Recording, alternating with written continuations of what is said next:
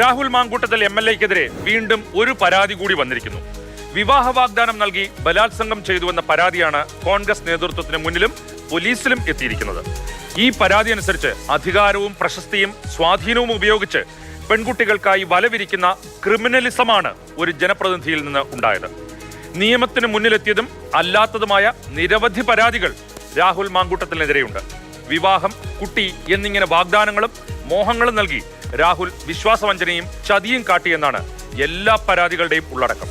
ഒരു ജനപ്രതിനിധി എന്ന നിലയിലും രാഷ്ട്രീയ നേതാവ് എന്ന നിലയിലും തനിക്ക് ലഭിക്കുന്ന വിശ്വാസ്യതയും സ്വീകാര്യതയും രാഹുൽ എത്രമാത്രം ദുരുപയോഗം ചെയ്തുവെന്ന് ഈ പരാതികൾ വ്യക്തമാക്കി തരും.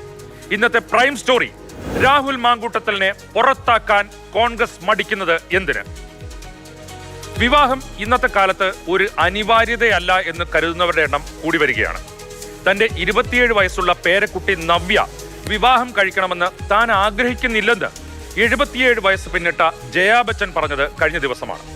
ഇന്നത്തെ കുട്ടികൾക്ക് ഒരു പുതിയ കാലത്തിൽ ഒരുപാട് മുന്നേറാൻ കഴിയുമെന്ന ചിന്തയാണ് അവർ പങ്കുവച്ചത്. വിവാഹം വേണമോ വേണ്ടയോ എന്നതിനപ്പുറം വിവാഹം എന്ന പ്രലോഭനത്തിൽ വീണുപോകാതിരിക്കാനും രാഹുൽ മാങ്കൂട്ടത്തിലിനെ പോലുള്ള ചിരി വിതറുന്ന കൊടും ക്രിമിനലുകളെ തിരിച്ചറിയാനും പെൺകുട്ടികൾക്ക് കഴിയണം. യുവതിയെ ലൈംഗികമായി പീഡിപ്പിക്കുകയും ഗർഭഛിദ്രം നടത്തുകയും ചെയ്തുവെന്ന കേസിൽ നിലവിൽ രാഹുൽ മാങ്കൂട്ടത്തിൽ MLA ഒളിച്ചോട്ടത്തിലാണ്. കേരളത്തിന് പുറമെ കർണാടകയിലും തമിഴ്നാട്ടിലും രാഹുലിനെ പോലീസ് തേടിക്കൊണ്ടിരിക്കുന്നു. മുൻകൂർ ജാമ്യാപേക്ഷ നാളെ കോടതി പരിഗണിക്കുകയും ചെയ്യും. രാഷ്ട്രീയ കേരളവും പൊതുസമൂഹവും ചർച്ച ചെയ്യുന്ന ഈ കേസിൽ ഒരു പാർട്ടി എന്ന നിലയിൽ കോൺഗ്രസിന്റെ നിലപാട് ഇപ്പോൾ എന്താണ്? ഒന്നുകിൽ രാഹുലിനെ തള്ളിപ്പറഞ്ഞ് നടപടിയെടുത്ത് പാർട്ടിക്ക് പുറത്താക്കണം. ഇങ്ങനെ ഒരു MLA-യോ നേതാവോ ഇനി വേണ്ടെന്ന് തീരുമാനമെടുക്കണം. ഇല്ലെങ്കിൽ കൂടെ നിർത്തി രാഷ്ട്രീയമായി പ്രതിരോധം തീർക്കണം. രണ്ടിനും തയ്യാറാകാതെ അവിടെയും ഇവിടെയും തൊടാതെ നിൽക്കുന്നത് സത്യം പറഞ്ഞാൽ കോൺഗ്രസിന് നാണക്കേടാണ്. രാഹുലിനെതിരെ ഒരു പരാതിയോ കേസോ ഇല്ലാത്ത സമയത്തായിരുന്നു കോൺഗ്രസിൽ നിന്നുള്ള സസ്പെൻഷൻ. ആരോപണങ്ങൾ അന്തരീക്ഷത്തിൽ മാത്രം നിൽക്കെ എന്തിനായിരുന്നു ഇത്ര കടുത്ത നടപടി എന്ന ചോദ്യത്തിന് സ്വയം ബോധ്യത്തിന്റെ അടിസ്ഥാനത്തിൽ എന്നാണ് നേതാക്കൾ അന്ന് മറുപടി പറഞ്ഞത്. ബോധ്യങ്ങളിൽ നിന്നാണ് നിലപാടിലെടുക്കണം. ബോധ്യങ്ങളിൽ നിന്ന് നമ്മുടെ കൺവിക്ഷനാണ്. അത് എൻ്റെ മാത്രമല്ല, നേതൃത്വത്തിൻ്റെ കൂട്ടായ തീരുമാനമാണത്. കൺവിക്ഷനാണ്.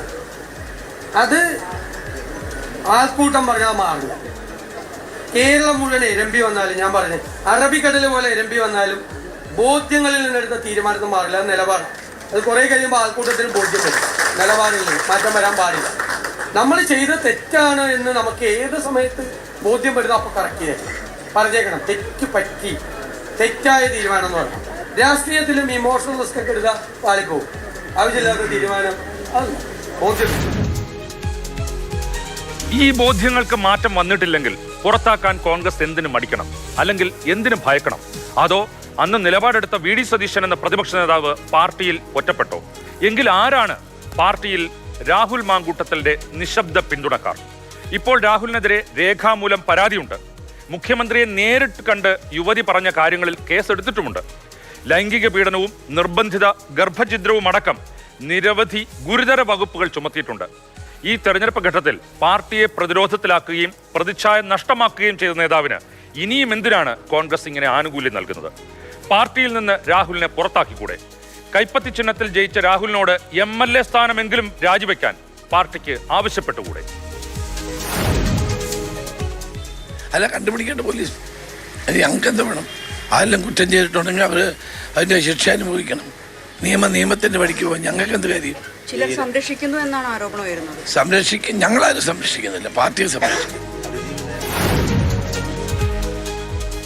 രാഹുൽ മാങ്കൂട്ടത്തിലിന്റെ കൂടെ ഞങ്ങളില്ല എന്ന് നേതാക്കൾ എത്രയൊക്കെ പറഞ്ഞാലും അങ്ങനെ ഒരു സന്ദേശം ജനങ്ങൾക്ക് പൂർണ്ണമായി ഇതുവരെ കിട്ടിയിട്ടില്ല.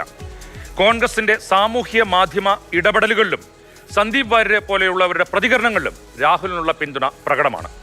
ഉചിതമായ സമയത്ത് ഉചിതമായ തീരുമാനമെടുക്കലും അണികൾക്കും പൊതുസമൂഹത്തിനും മുന്നിൽ വ്യക്തതയോടെ കാര്യങ്ങൾ വിശദീകരിക്കലും ഒരു രാഷ്ട്രീയ പ്രസ്ഥാനത്തെ സംബന്ധിച്ച് പരമപ്രധാനമായ കാര്യമാണ്. നിർഭാഗ്യവശാൽ കോൺഗ്രസിൽ നിന്ന് അത് ഉണ്ടാകുന്നില്ല.